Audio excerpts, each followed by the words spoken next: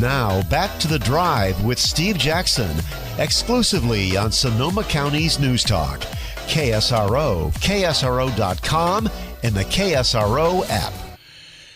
The Drive is brought to you in part by Redwood Credit Union. Their new auto loan rate sale is back. For auto loans, that's why they call it the auto loan rate sale. You can get discounted rates available through March 31st. Check in at redwoodcu.org. Joining us right now, the president of the Santa Rosa Teachers Association, our friend Will Lyon. Hi, Will. Hey, man. Good to hear your voice. Likewise, March 1st, return to classrooms for Santa Rosa City Schools is off again. Well, it was never officially on. It was a goal. Right. And the district just couldn't get it over the line, which I think it was an ambitious goal the whole time. I think it was right to make the goal, but there are just things that the district has not yet done and cannot do before March 1st. Yeah, and we need a lot of money to get all this done in order to open the schools. I don't think money's not the issue. Well, it's one of the issues. It's not $0.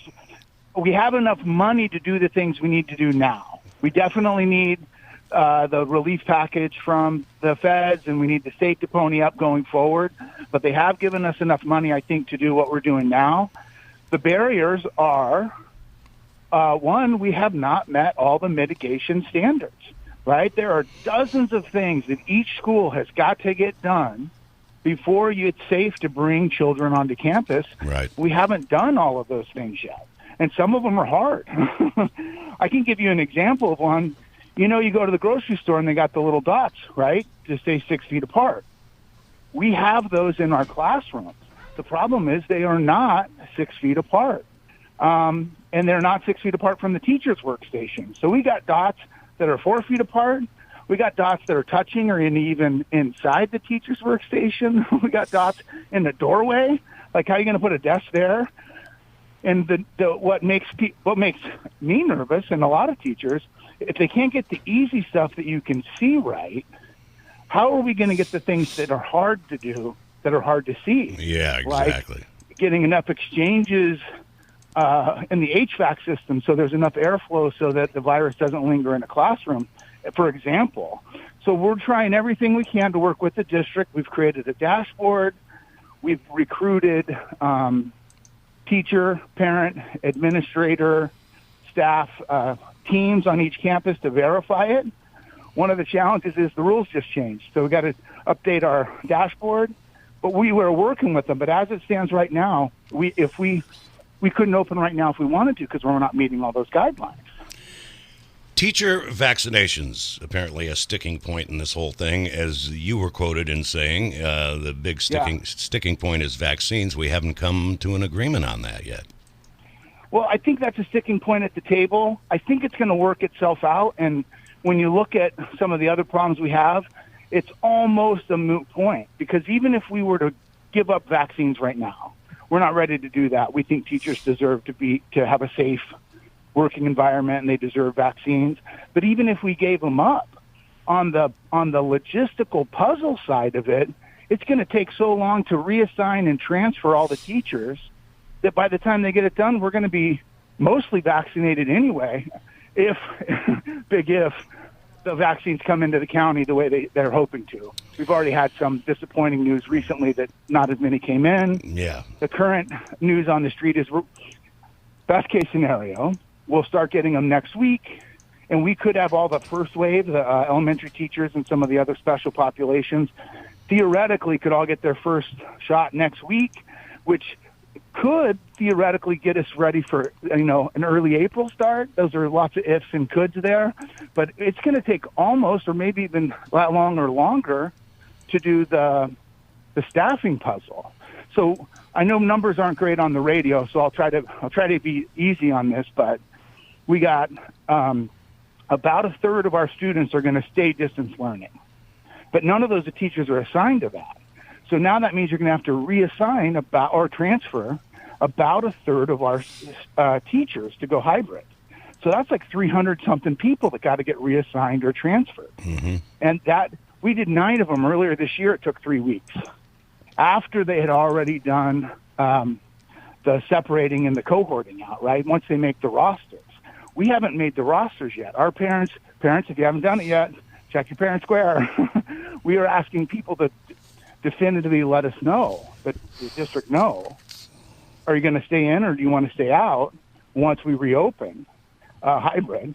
We've been open, we've been doing school all year, but we're going to open up those buildings hybrid. We have to know. So once we do that, then you got to put them all into rostered classes. Then you got to reassign all those teachers, and then all those ones that got reassigned, you got to backfill those. It's not arithmetic. It's advanced algebra, at least, to figure that out. Santa Rosa Teachers Association President Will Lyon with us. My colleague Pete Fopiano's with us. Good afternoon, Will. Good to talk to you. Speaking as a layperson, it would seem to me to be equivalent to the notion of vaccinating health providers and nursing home staff to be vaccinating teachers, because again, they go in and out of the community and then back to their place of work. So again, that's a layperson's opinion, and I've heard that there are some suggestions from the CDC that it might be possible to safely reopen schools without vaccinating teachers. I'm just kind of interested in hearing your take on that. Well, most people who quote that, there's a semicolon, and the rest of that sentence is, if they are meeting all the mitigation factors. A week ago at a school board meeting, district showed a dashboard that at that point they were still aiming for March 1. And on their dashboard, they had red and yellow and green, and a good 2/3 of it was yellow and red, right? So haven't started it yet or in process. And it's unclear. I could quibble maybe a little bit with each one of those. Why is that green? That might be yellow. But just look at it. It's 2/3 unready. And that was a week ago. So if we had perfect mitigation standards and that was totally trustworthy, the CDC is right. Unfortunately, we're not there yet. Right. So the teachers want vaccines. The other side of this, have you met children? God bless them. But they, a kindergartner will sneeze right on your face. They can't help it. They're 5. Of course. And the older kids, the teenagers aren't that neat either. Not to say that adults are perfectly clean and tidy. We could all do a little better following all the standards. You're talking to me, aren't you, Will? No, sir. I'm talking in general about how we could all do a little bit better. Yeah. But we kind of have a collective responsibility as a society to do everything that we can. So it kind of, I got to tell you, it's nice to talk to you guys because you're always so friendly to me and you're friendly to teachers. You go out and around the world as a teacher right now, we're taking lots of hits. There are people out there that are blaming us for the schools being in distance learning and blaming us for, we want a vaccine, we can't open, the dirty teachers won't let us open. That's not it at all. I got to tell you, my MO box, we got teachers that want to open up just as bad as the parents do. I'm almost there with them. I want to open up almost as bad. I'm just not willing to risk anybody's life for it. Amen. I guess that's it. And that's a judgment call. I understand other people have another judgment.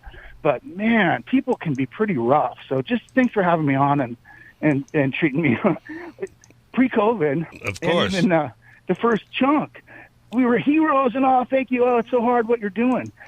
We were working harder than we ever have. Every teacher I know, this is the hardest year they ever have. And, of course, we want to be back in. But we don't want to be back in so much that one of our kids get killed or one of our, colleagues or their families or their spouses. It's a global pandemic, So yeah, it's tough stuff. It is. Santa Rosa Teachers Association President Will Lyon. Will, always a pleasure. Thanks for taking the time and keep us. I just love you so much for having me on and let me tell you where we're at with it. Hell yeah, and we'll do it again soon. Keep us posted on everything, and we'll be following all this. Thanks, Will. Thanks, gentlemen. Okay.